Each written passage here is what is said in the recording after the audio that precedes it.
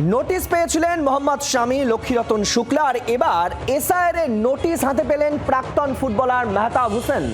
দক্ষিণ 24 পরগনার মল্লিকপুরে শুনানিতে হাজির হন তিনি।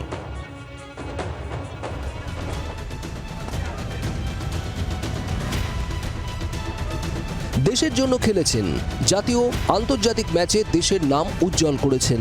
তাঁরাও এসআইআর এর শুনানির জন্য নোটিশ পেয়েছেন। নোটিশ পেয়ে আগেই শুনানি কেন্দ্রে হাজিরা দিয়েছেন ক্রিকেটার মোহাম্মদ শামি। এবার শুনানি কেন্দ্রে হাজিরা দিলেন প্রাক্তন ফুটবলার মেহতাব হোসেন।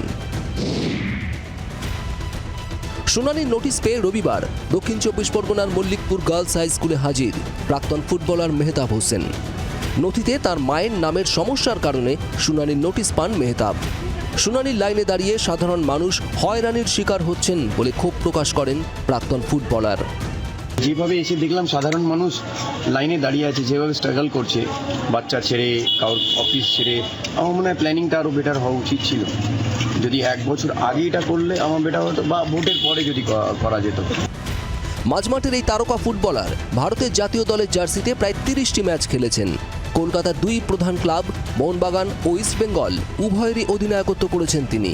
বর্তমানে নিউ টাউনে বসবাস করলেও তার জন্মস্থান ও ভোট গ্রহণ এলাকা দক্ষিণ 24 পরগনার মল্লিকপুর হওয়ায় সেখানেই শুনানিতে উপস্থিত থাকার নোটিশ দেয় কমিশন। দেশের জন্য এত বছর খেলার পরও এখনও নাগরিকত্বের প্রমাণ দিতে হবে, প্রশ্ন তুলেছেন প্রাক্তন ফুটবলার মেহতাব হোসেন। মল্লিকপুর থেকে তথাগত চক্রবর্তী রিপোর্ট, জি 24 ঘন্টা।